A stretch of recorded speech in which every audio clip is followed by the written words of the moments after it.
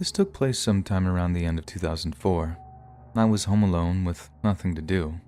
Our school was closed for a teacher's in-service. I was 14, so my parents didn't mind leaving me alone.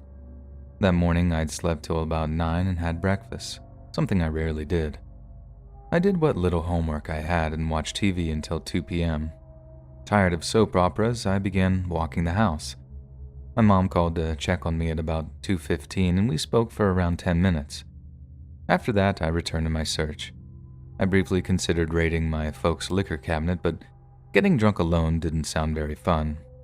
As I rambled around the second floor, the door to the attic caught my attention. I'd been up there once or twice, but never paid much attention. Our house was one of those big Victorian-age farmhouses, the kind with a full-size attic. Before I was born, my grandmother had used it as her sewing room, but now it was just used for storage. My curiosity began getting the best of me, so I flipped on the light and climbed the stairs to the top. The room had a musty smell and was creepily dark, even with the overhead light and sun coming through the lace curtains. Everything was covered in a thick layer of dust. I walked over to my grand's sewing desk and flipped through some of the papers sitting on it.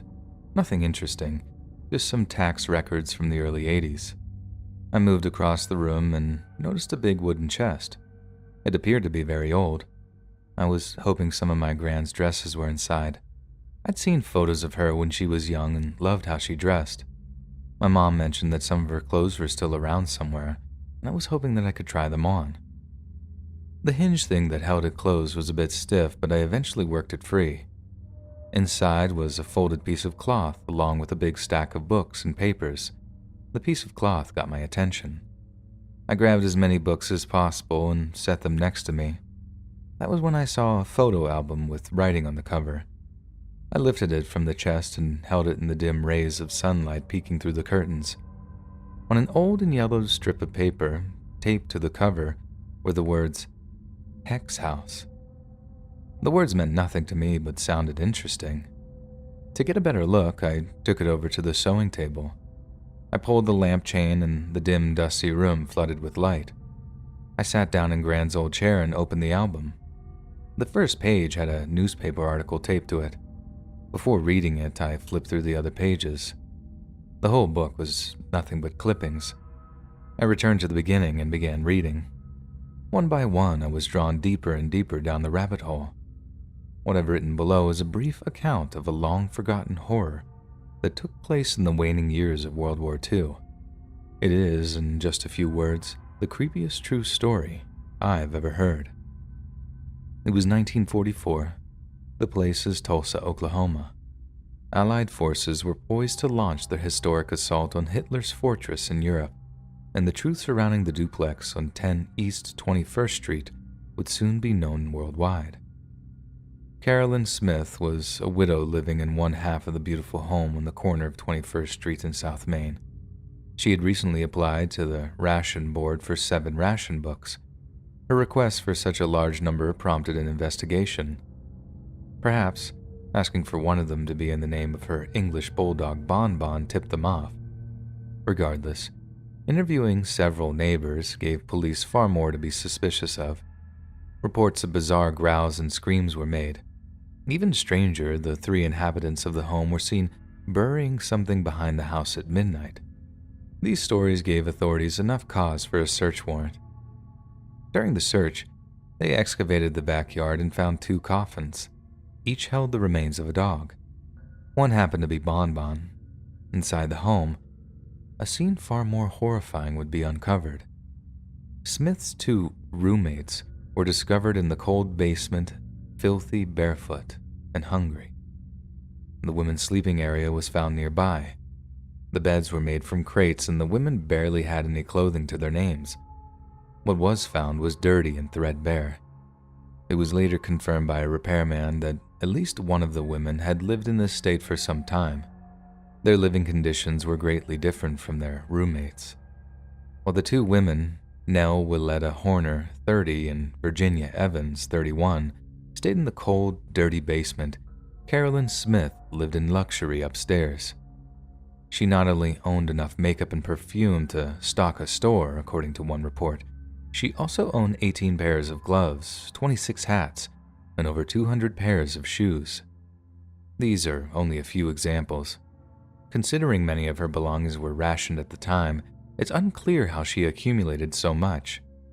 Despite their deplorable living conditions, Horner and Evans had jobs outside the home, yet they returned every day to their filthy basement dungeon.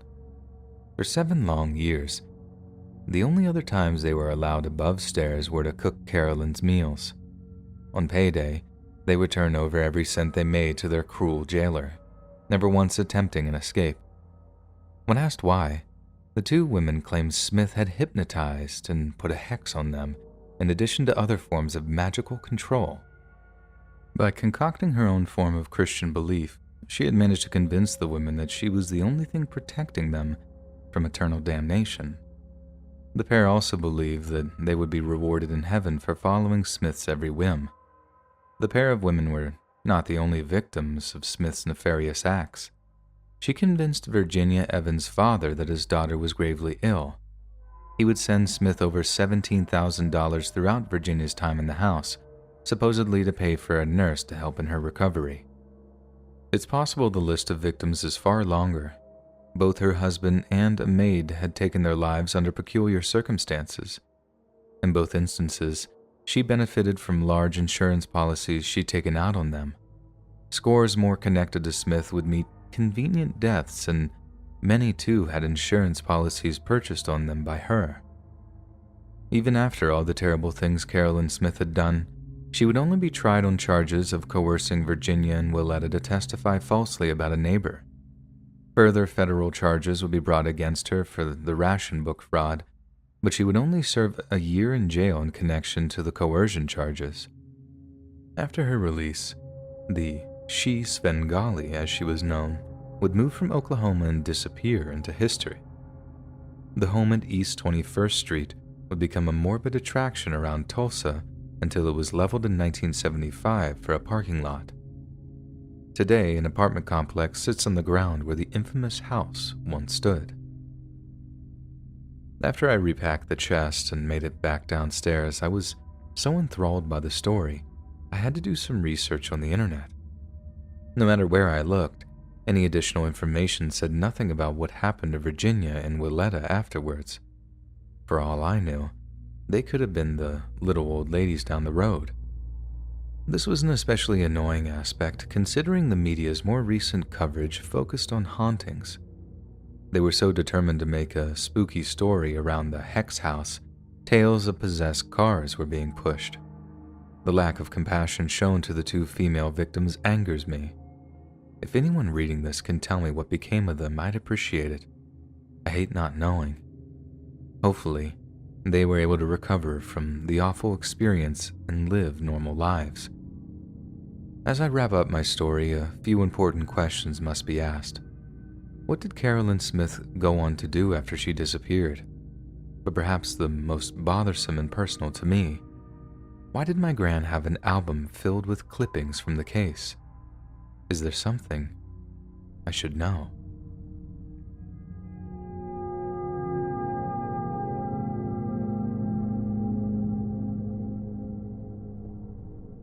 On June 12, 1977, approximately 130 young Girl Scouts from all over the Tulsa area gathered at the Girl Scouts headquarters in Tulsa. The group boarded buses destined for an annual week-long trip to Camp Scott. The camp is located near the Oklahoma town of Locust Grove, about 50 miles from Tulsa. The Girl Scouts had operated Camp Scott since 1928. The camp sat on 410 thick wooded acres. The Scouts were separated into small groups by age, then each assigned their own areas across the camp. Each of these areas were named after Native American tribes. Tent number 7 in the Kiowa camp was located at the end of the horseshoe figuration, furthest from the counselor's tent, but closest to the bathrooms. Because of the thick woods, seeing the tents next to you was very difficult. Staying in Tent 7 was 10-year-old Doris Denise Milner, a native of Tulsa. This visit would be her first to Camp Scott. Denise had shown a reluctance to going on the trip, so first-time counselor, 15-year-old Michelle Hoffman, took her under her wing doing all she could to ease Denise's fears. Upon reaching the camp around 4 p.m., Denise met her tent mates, Lori Farmer, age 8, and Michelle Goose, age 9. The girls seemed to hit it off right away. In total, there were 27 girls in the Kiowa area. After a talk about the rules and a sing-along that evening, the campers headed off to their tents. The counselor, Michelle, checked in on Denise before she turned in. All seemed well with the inhabitants of Tent 7. One final check was made by another counselor around 10:30. Throughout that night, a different counselor was awakened multiple times to deal with noisy girls in Tent 1 and 4. Said counselors passed Tents 6 and 7 and observed nothing unusual about either one.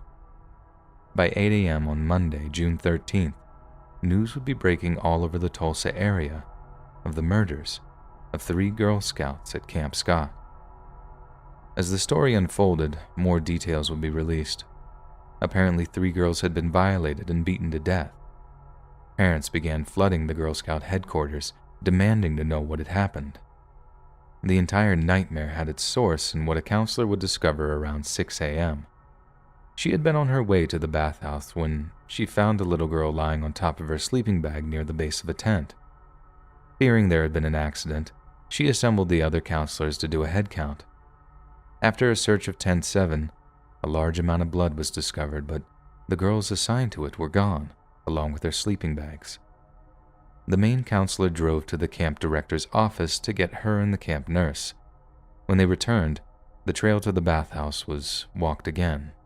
2 other girls were discovered in their sleeping bags. They, along with the girl from earlier, were all dead. All 3 victims were from Tent 7. They had been found just 150 feet from their tent. Lori and Michelle were the ones found lying side by side in their sleeping bags. Denise was found lying on top of hers. Her hands had been bound behind her back with duct tape. It was almost 7:30 before law enforcement arrived. The bodies were transferred to the county coroner. Autopsies determined Lori and Michelle had been beaten to death, while Denise, although she too had been beaten, died due to ligature strangulation. The time of death was between 2 a.m. and 5 a.m. Reports still conflicted as to if the girls had actually been the victims of indecent assault or not. Denise and Michelle had cords tied around their bodies in what looked to be double half-hitched knots. The cords were wrapped around their bodies and tied to their wrists. At the time, crime scene investigators determined the attack originated inside the girls' tent. Their assailant, or assailants, were thought to have entered through the back, striking Lori and Michelle on their heads. On June 14th, the floor of Tent 7 was flown to the crime lab, and technicians discovered there was blood all over the floor that looked to have been wiped up using towels and mattress covers.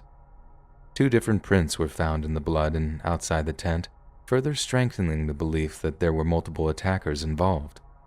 In addition to the shoe prints, a flashlight, duct tape, and a piece of cord were entered as possible evidence. While the investigators did their work, other law enforcement joined with volunteers and brought in tracking dogs from Pennsylvania. For 9 days the search continued, turning up next to nothing, and the investigation dragged on. On day 10, this would all change. Mayes County District Attorney Sid Wise held a press conference in which he named a suspect in the homicides, Gene Leroy Hart.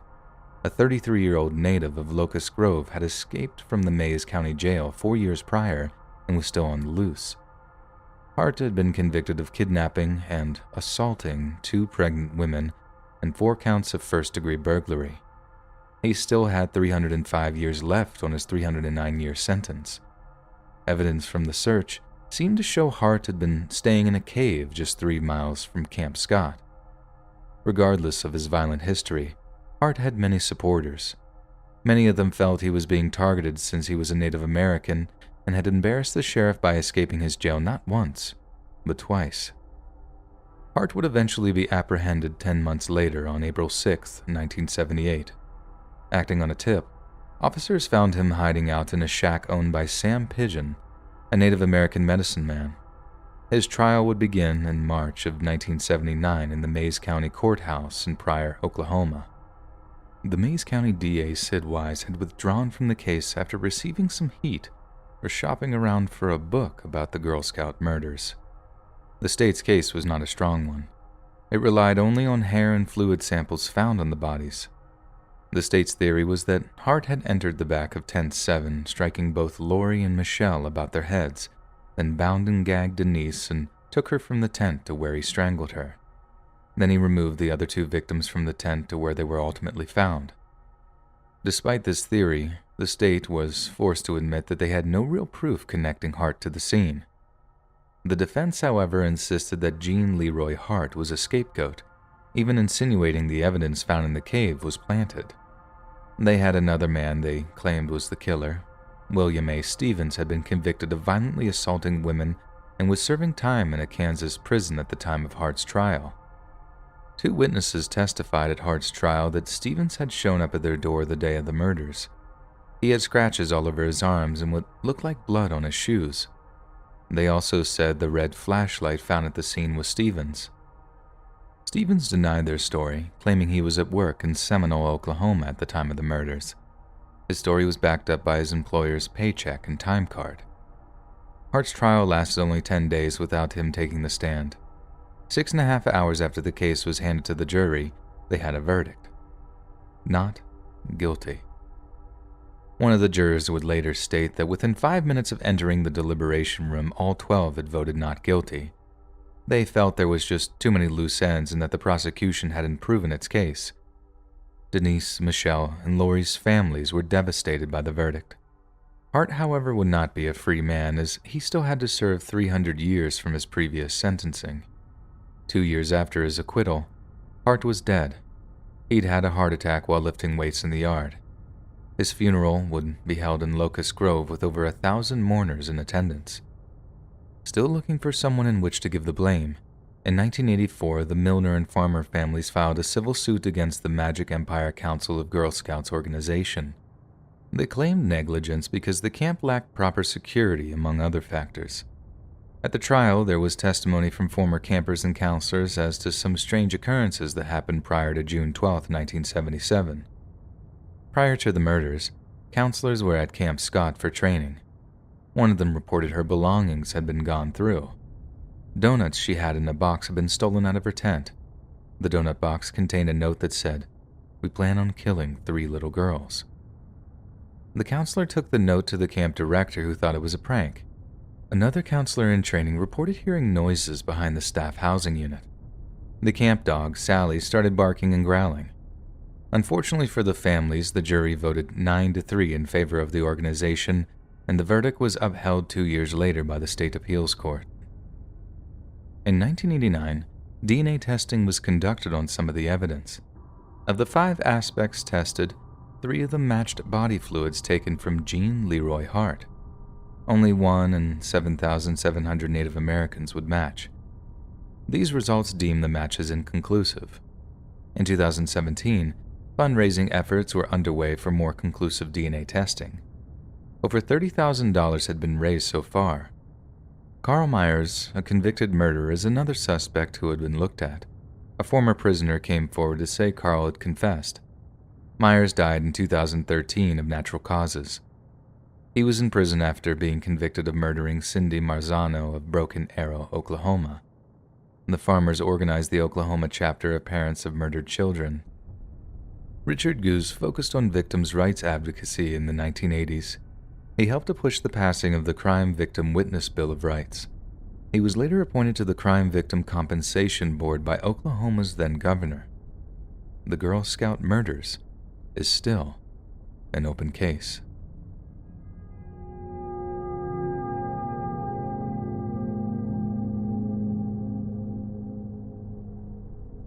The first body would be discovered in the summer of 1999.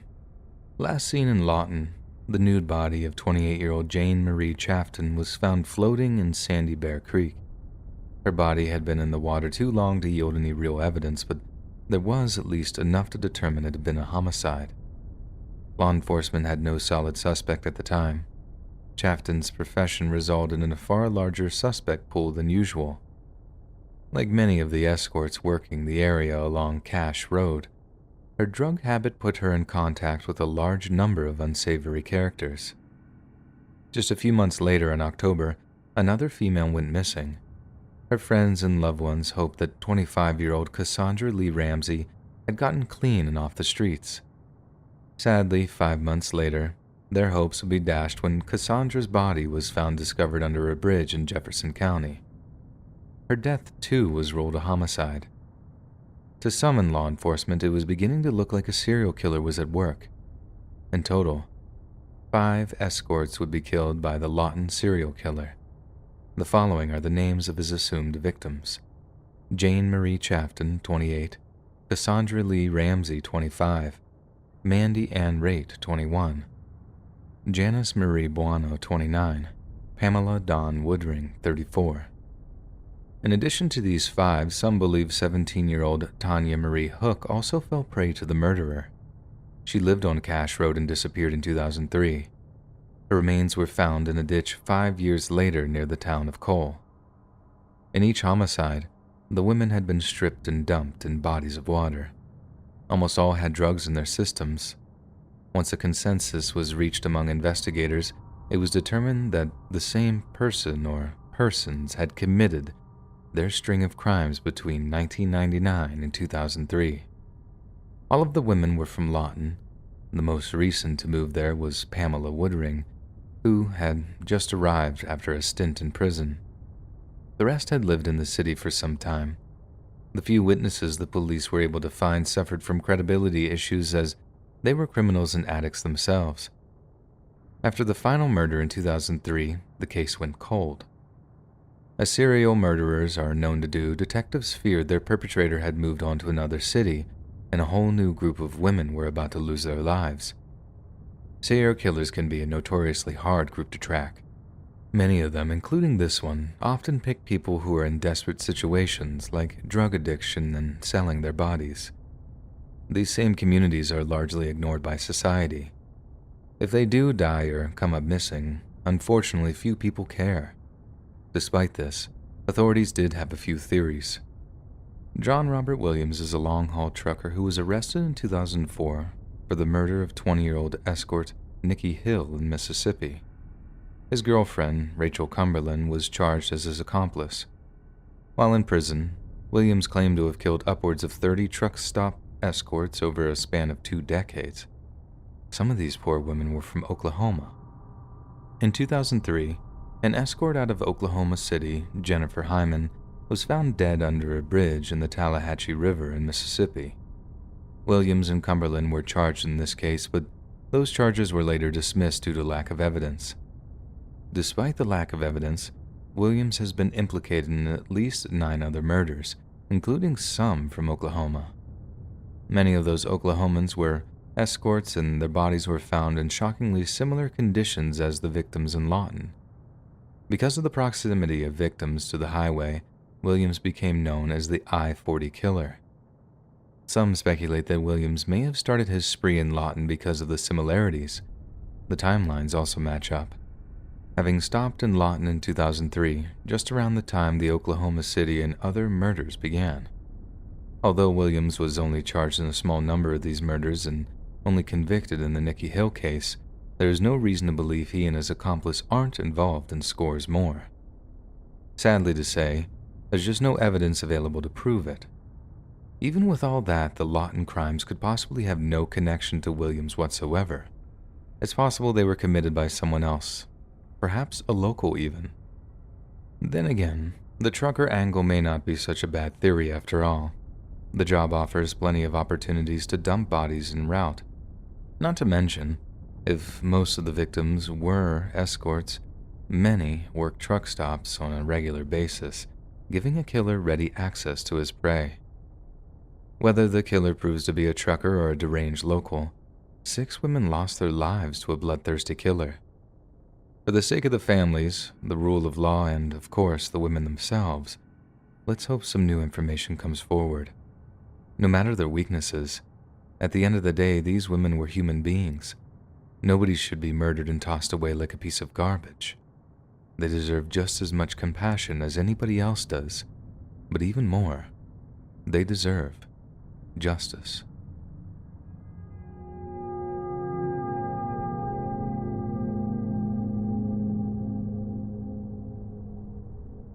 Mildred Ann Newland Reynolds was still a relative newlywed on March 13, 1956. Her and Richard D. Reynolds, a schoolteacher and basketball coach, had just married the year before and purchased a farmhouse on a rural road near Avard, Oklahoma, 8 miles southwest of Alva. Mildred was a senior at Northwestern Oklahoma State University in Alva, Oklahoma, majoring in chemistry. At the time, the Reynolds were hosting Mildred Ann's nephew, Jerry Huckabee. He too was attending NWOSU. Ann and Jerry would ride back and forth to school together except for Tuesdays when he had a botany lab. March the 13th just happened to be a Tuesday. After eating lunch with Jerry until about 12:30 p.m., picking up dry cleaning and purchasing brake fluid, Ann started for home. When she was just 2 miles from Hopeton, Oklahoma, for some unexplainable reason, she veered into the wrong lane and stopped. According to Highway Patrolman G.R. Brown's report, her car tracks appeared to show that she put her car into reverse and began zigzagging backwards. After eventually stopping, she put the car in drive and raced across the road into a ditch, hitting a tree. It looked as if she repeated this maneuver, this time hitting a fence. Putting the car in reverse yet again, she started backing along the bank of the road in a straight line for 250 feet before finally stopping in the middle. This is the point where it was believed the car caught fire. From there, the car drifted forward 14 feet where it rested until found.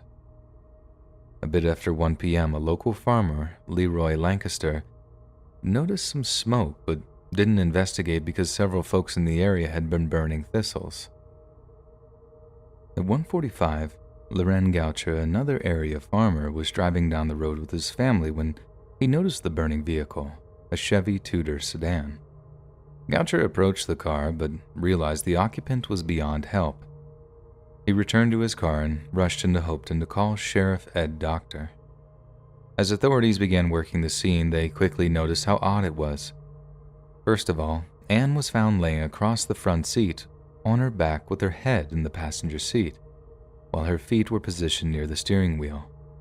Stranger still, her arms were crossed over her chest like she had been placed there. One of Ann's shoes was found partially burned at the front of the left rear fender of the car and the other near the fence. The shoes were bloody, but since her blood had been completely consumed in the fire, it was impossible to make a comparison. Deputy Vernon Hackney located 4 scorched buttons 56 feet from the site where the fire initially began. Ann's coat was found, 90% burned, on the left side of the car. 2 metal bases from 12-gauge shotgun shells were found inside the car. However, it was difficult to say for sure if they had been fired or not. What the police had first thought was a solid lead quickly faded away when 3 9mm casings found near the tire tracks turned out to be unrelated to the case. After the collecting of the evidence was over, it came time to move the body. Ann had been burned so badly that she had been rendered unrecognizable. The case report indicated the left tibia was the only long bone still attached to her body, and one of her legs had burned off at the knee. Deputy Sheriff Doss Gurley took casts of the tire tracks, but the OSBI identified all of them to be from Ann's car. Investigators did not believe another car had crossed her tire tracks. However, Kenny Cole, former Alva Chief of Police, disagreed. According to the case notes, no footprints were found leading to the fields or to the side of the road. Since authorities never closed off the scene, it does seem strange that no other tracks or footprints were ever discovered.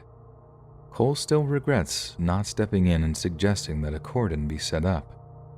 People were walking all over the roads, fields, and pastures, just trying to be helpful in finding evidence, Cole said. If there was any physical evidence out there, it got destroyed. The Newland family posted a reward for $250 for information about Ann's death. The sheriff received plenty of tips, but none proved to pan out. At a dead end, they looked to the medical examiner for clues. He noticed carbonized material in the air passages of the lungs, indicating she was alive for at least part of the fire. There were no signs of assault, but the body was so damaged it would have been hard to actually determine. The official cause of death was the fire, but why didn't she get out to avoid the flames? The only conclusion was that she had been incapacitated, but no one could say why. The coroner added that he saw no evidence of bullet wounds or fractures produced prior to the fire. Skull fractures were present, but he believed them to be a result of the intense heat. After the radiologist examined the x-rays of Ann's skull, he concluded one fracture at the back of the skull was caused ante-mortem. He said the fracture could have been accidental or foul play. Detectives then turned to the car to learn more about the nature of Ann's death. No major problems were discovered with the car.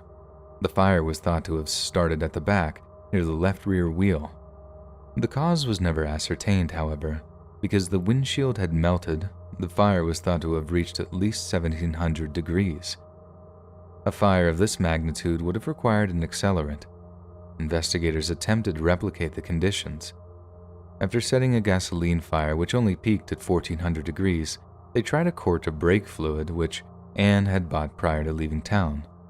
Within 2 minutes, an explosion occurred and the temperature reached 1725 degrees Fahrenheit, leaving no doubt what made the heat so intense. It was still impossible to determine if the fire had been started with the fluid or caught fire after the inferno began. After the initial findings were in, a coroner's jury of 6 was assembled to judge whether Ann's death should be investigated further as a murder or if it was just a tragic accident. It was decided more investigation would be required to determine the cause, but they did lean heavily in favor of homicide. The investigators did just that and began to focus on suspects. Jerry and Dee, Ann's husband, both had solid alibis. Also questioned were 300 NWSU students who were not in class at the time of the fire. In interviews conducted, some of the questions suggested Ann had been meeting a beau the day she died. No one questioned ever suggested that was a possibility. In fact, many said the opposite. Of her past boyfriends, none ever alluded to her as being fast. Everyone who knew the couple said they appeared to be completely in love. Strangely, the OSBI later changed their classification of the case to an accident. They stated the reason for the actions of the car was that Ann had suffered a vertigo attack. Although she'd never been diagnosed with the condition, she had complained of similar symptoms to her doctor. He claimed he hadn't noticed any red flags while examining her in the past, but admitted he could have missed something. He said the roaring in her head could have been caused by an inner ear infection, impairing her equilibrium. There is a problem with that assessment. Vertigo basically causes extreme dizziness, and it can feel like the earth is moving, but it doesn't affect mental faculties. Unfortunately, the case is still considered unsolved. Despite his alibi, whispers about Dee having some involvement in his wife's death persisted. He would eventually move away and start a family. No matter what everyone else thought, the Newland family never believed Dee could hurt Ann. They showed their support by maintaining a close relationship with him. Dee would even help Ann's father harvest his wheat every summer. Family members alive today do all they can to keep Ann's memory alive. A few have even pursued the case themselves, sadly with no further results. In a case so fraught with questions and dead ends, one more strange thing would occur on April 29, 1986. A Lawton, Oklahoma mother was found burned to death in a crashed car on a lonely stretch of back road. This death, too, was filled to the brim with weird occurrences and clues, perhaps even more than the Ann Reynolds case. More than a few people have noticed eerie similarities between both women's deaths. To date, both cases remain open and authorities see no hope in them being solved without the public's help. If you do have information regarding either case, please don't refrain from contacting law enforcement. I'm sure their loved ones would appreciate it.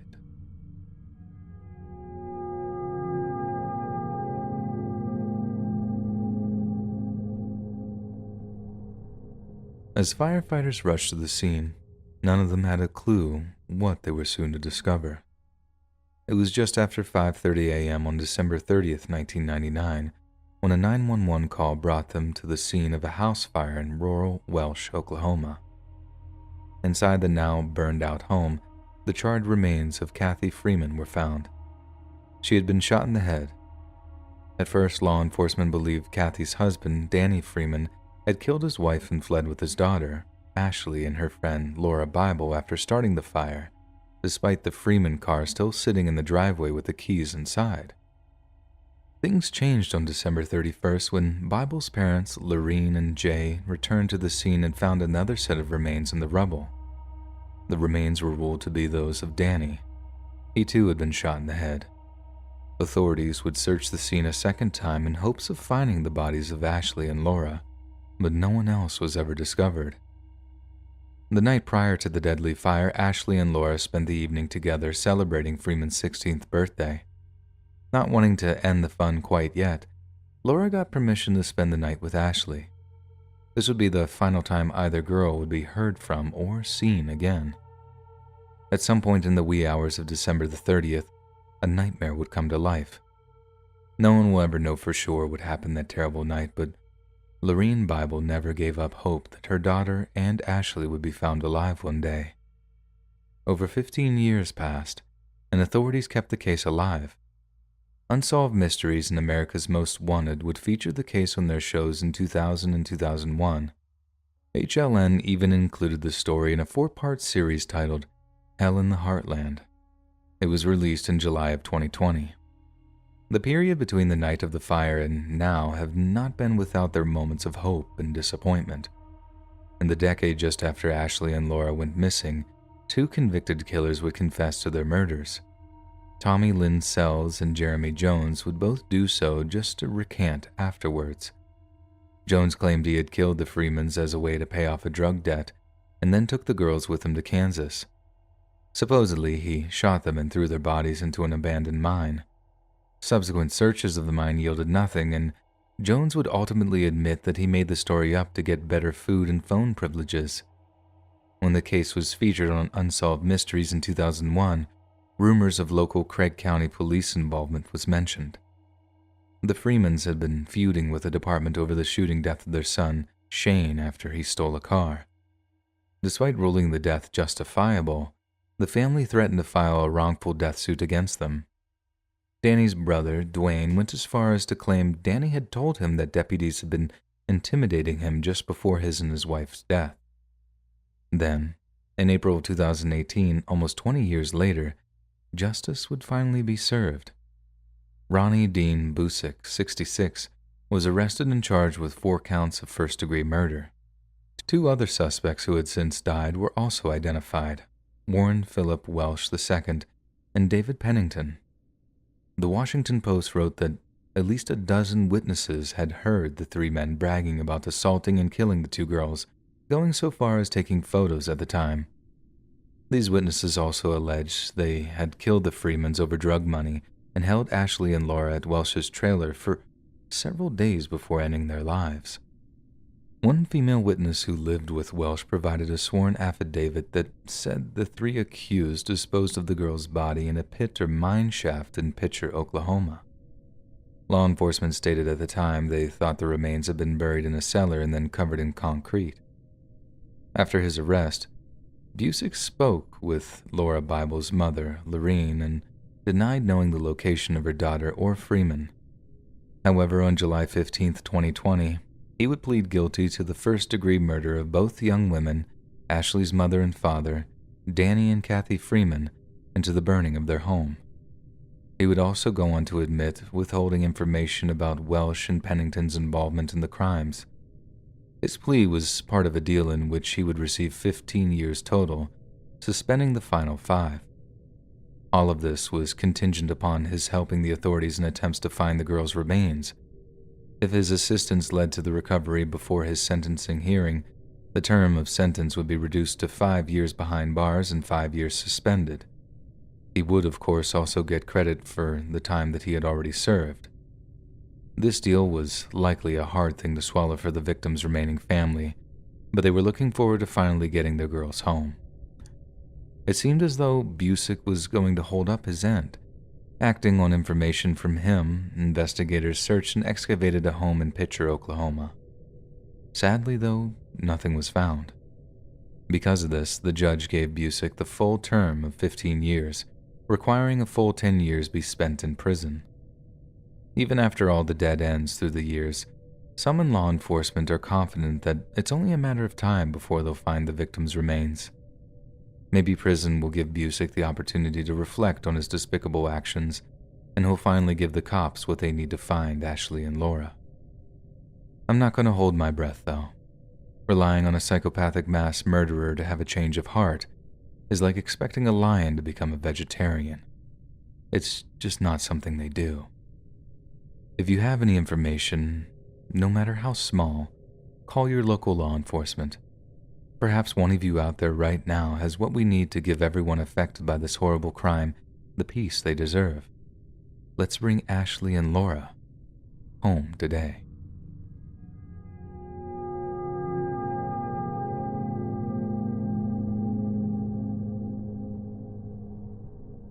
It's now a common part of modern American lingo. Some light-hearted video game developers even created a very controversial game series based solely on this one short phrase, going postal. It's a term that we are all well aware of and may even use from time to time. But do you know where the phrase originated?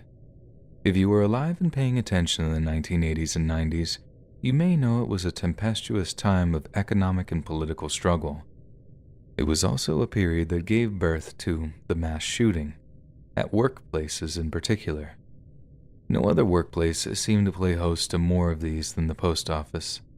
It was almost as if you couldn't turn on the news back then without seeing another report of a postal worker shooting up his job site. Just in the 90s alone, 6 different post office-related shootings occurred. 2 even happened on the same day. We now know just how bad things were to get after the turn of the century, but these events still shock the public greatly no matter how numerous they seem to be. These days, this stuff is almost commonplace.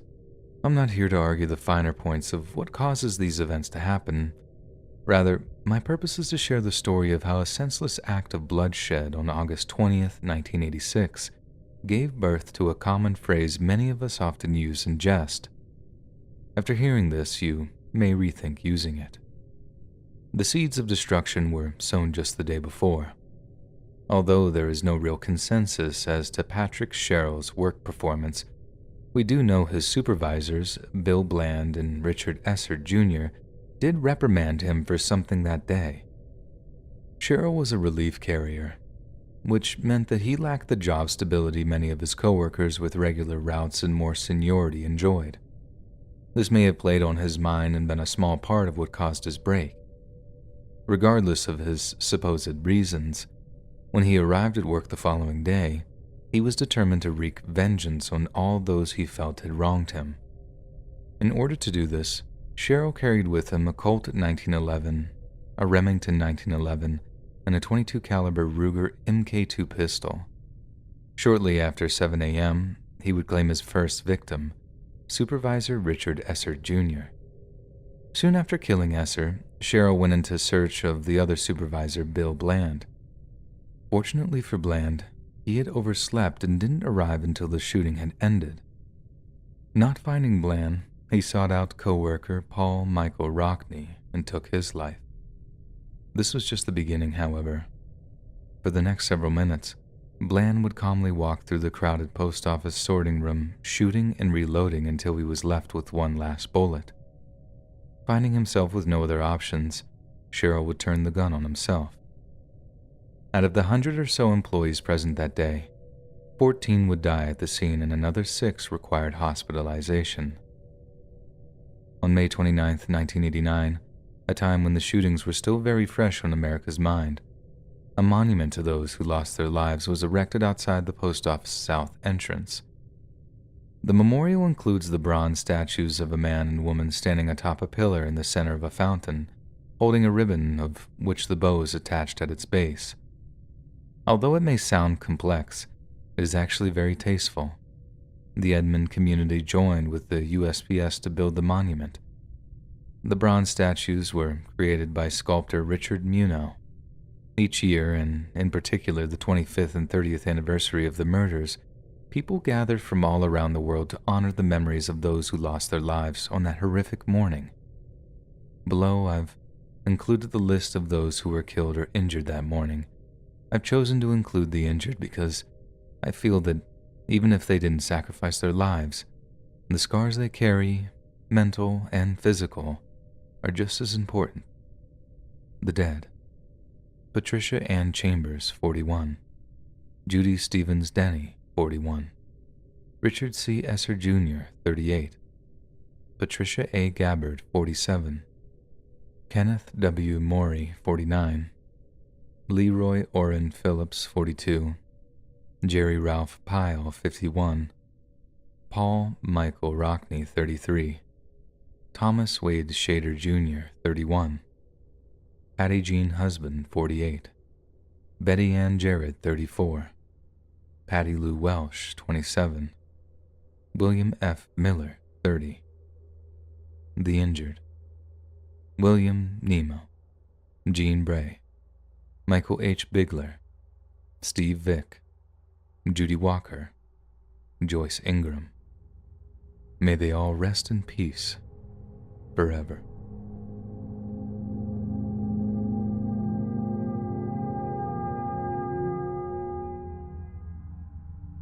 Any avid reader of true crime will be familiar with this story. It was told in one of the top books of 2017 and has a movie based on it starring Robert De Niro and Leonardo DiCaprio in production. So if you've not read Killers of the Flower Moon yet, or want to wait for the film, I suggest you stop here. For those of you who stuck around, I'll begin. This tale takes place in Oklahoma during the 1920s. It's thought that somewhere between 60 to perhaps over 1,000 members of the Osage Nation and a few others died violent or suspicious deaths. The majority of these crimes occurred in or around Fairfax, Oklahoma. Few of these deaths were ever investigated, and those that were got little effort. The first noted here was that of 25-year-old Anna Brown. Her decomposing body was found in a remote ravine in Osage County. The case would quickly grow cold until Brown's cousin, Henry Rowan, was found shot in the head and partially frozen in his car in February of 1923. A month later, a bomb destroyed the home of Bill and Rita Smith in Fairfax. The explosion killed Rita and their servant girl, Nettie Brookshire, instantly. Bill Smith would pass a week later. At least 13 other full-blooded Osage men and women would perish between 1921 and 1923. Desperate for help, the tribal leaders of the Osage would request the assistance of the Bureau of Investigation in 1925. Sheriff James Monroe Pyle, a local lawman, had been working with the tribal leaders. He supplied the arriving agents with evidence leading to a deadly conspiracy. The early 1920s was the height of the Osage oil boom. In 1923, the tribe earned more than $30 million in revenue. Under the Osage Allotment Act of 1906, all subsurface minerals within the Osage Reservation were owned by the tribe and held in trust by the federal government. Osage mineral lease revenue was paid to the tribe as a whole, allowing each allottee an equal share of the money. These head rights were hereditary and passed on to the allottee's heir upon their death. However, one did not have to be Osage to inherit a head right. Here's where the story gets crazy. This is where William K. Hale enters. He encouraged his nephew Ernest Buckhart to marry a full-blooded Osage allottee, Molly Kyle. Molly's mother, Lizzie Q. Kyle, lived with the couple in Fairfax. Lizzie died in 1921 of what many suspected was poisoning. She possessed 3 full head rights, in addition to her own. She was also the mother of Anna Brown. Brown had been shot to death in the early hours of May 22, 1921. Then Lizzie's nephew, Henry Rowan, was found murdered in his car. For some reason, William Hale had been named beneficiary of Rowan's $25,000 life insurance policy. Finally, on March 10, 1923, Lizzie's daughter, Rita Smith, and her husband, William Smith, were blown up along with their servant in their home. With this string of misfortunes, Molly and Ernest would inherit a massive windfall. They too would have likely died had the Bureau of Investigation not been called in.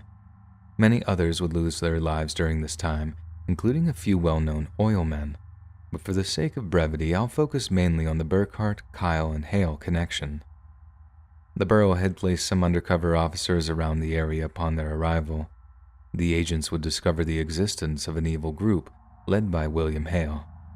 Hale was an affluent rancher with his hand in numerous other pies, including banking.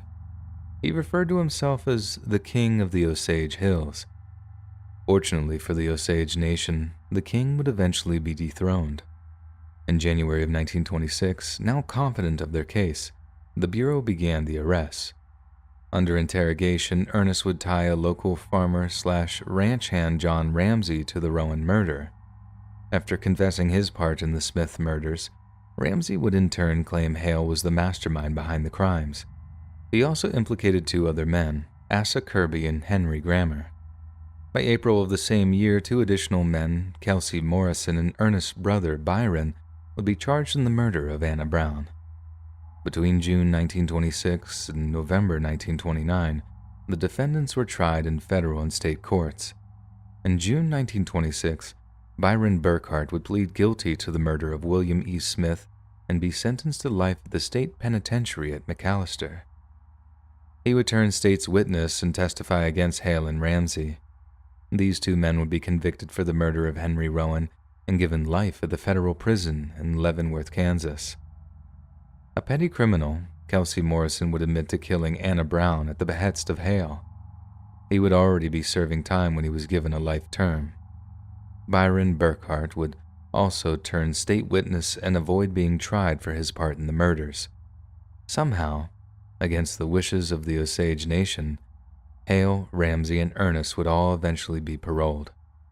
Ernest would be given a full pardon by Oklahoma Governor Henry Bellman in 1965. In order to prevent anything like this occurring again, a federal law was passed in 1925 preventing non-Osages from inheriting head rights of tribal members with more than half Osage blood. What I've shared here barely scratches the surface. It's estimated that hundreds of Osage lost their lives between 1918 and 1931. The Hale Burkhart killings are just a sliver of the terror experienced by the Osage during this time. I highly recommend you do more research into these crimes. Photos from the new Scorsese film adaptation of Killers of the Flower Moon are beginning to trickle out, so it will probably be released in the next year. Regardless of how you learn more about the murders, you really should. Even I was unaware of them until recently, and it's a real shame, as the saying goes, those who forget history are doomed to repeat it. Let's make sure more people are made aware of this horrible story to prevent anything like it ever happening again. Hey friends, thanks for listening. Click that notification bell to be alerted of all future narrations. I release new videos every Monday, Wednesday, and Friday at 7 p.m. Eastern Standard Time. If you got a story, be sure to submit them to my subreddit r/Let'sReadOfficial, and maybe even hear your story featured on the next video. And if you want to support me even more, grab early access to all future narrations for just $1 a month on Patreon, and maybe even pick up some Let's Read merch on Spreadshirt. And check out the Let's Read podcast, where you can hear all these stories in big compilations and save huge on data. Look at it anywhere you listen to podcasts. Links in the description below. Thanks so much, friends, and I'll see you again soon.